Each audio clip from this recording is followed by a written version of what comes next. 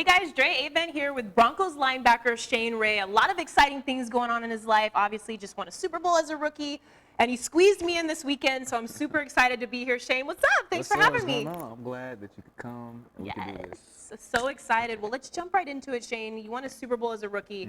Not a lot of people can say that. What was that experience like for you? You know, for me, when I think about my rookie year, I think it was a lot of ups and downs. You know, you go in as a rookie and, you know, not everything is what you think it'll be.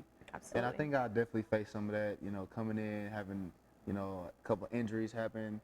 And, you know, it was a lot of things that I had to grow and learn I had to figure a lot of things out. Absolutely, it's a transition. Transition is huge. So, you know, I appreciate all that part because it's helped me transition to this next season and all the learning and everything. But I loved it. I loved the whole ride. You know, next thing you know, I'm looking up, we're in playoff games, and no doubt. And then we're in the Super Bowl. And I got two big brothers with Vaughn and DeMarcus that Absolutely. are constantly teaching me and, you know, helping me out. So I think it was pretty good all in all. Yeah, you mentioned Von Miller. I mean, he's such a beast tearing around the edge.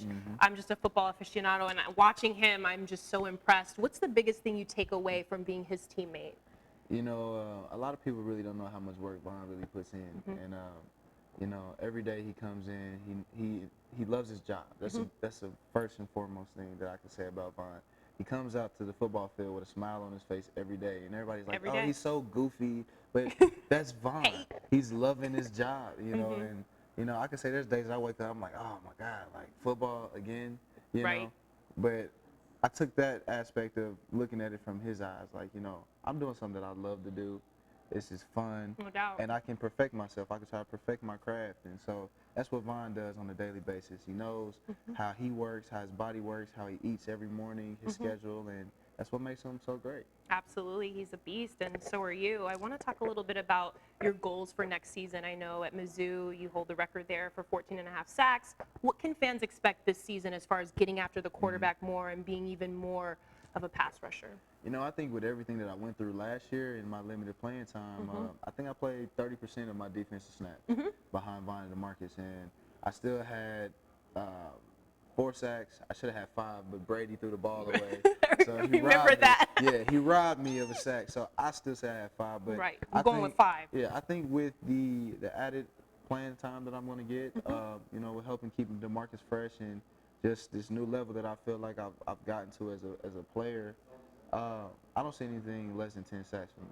Absolutely, that's a good goal to have. I was really impressed when I talked to you on the phone about how many hours of film that you're watching this offseason. That really struck me, and that's something I still think about. What's the biggest way that you think that's going to impact you this season, just putting in all that time, watching the film, getting set on that? You know, I think you can't really learn how to get better if you don't know what you didn't do right. And I think film is the easiest way to see those little things. So when I watch film, you know, and I'm with my coach, and we're talking about my get off. Right. You know, moving from a 3-point stance to a 2-point stance, people don't understand that it actually is different. Absolutely. It's a different form. And so we'll look at my get off, and then we'll look at one of Vaughn's.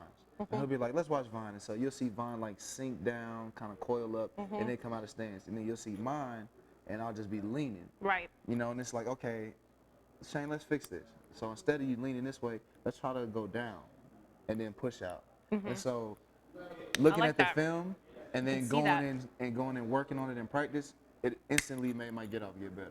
Wow. You know, just like that. Right. So it's just knowing what, you know, I didn't do so well, fine-tuning those little things and making myself more complete.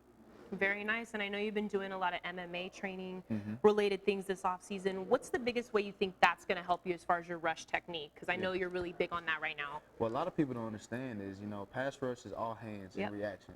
So when I go down to Boca, you know, I train with Henry Hoff. He trains guys like Anthony Johnson, Rashad Evans, you know, those guys. And so he teaches us how to use our power but strike with precision. Strike with precision, y'all. Nice.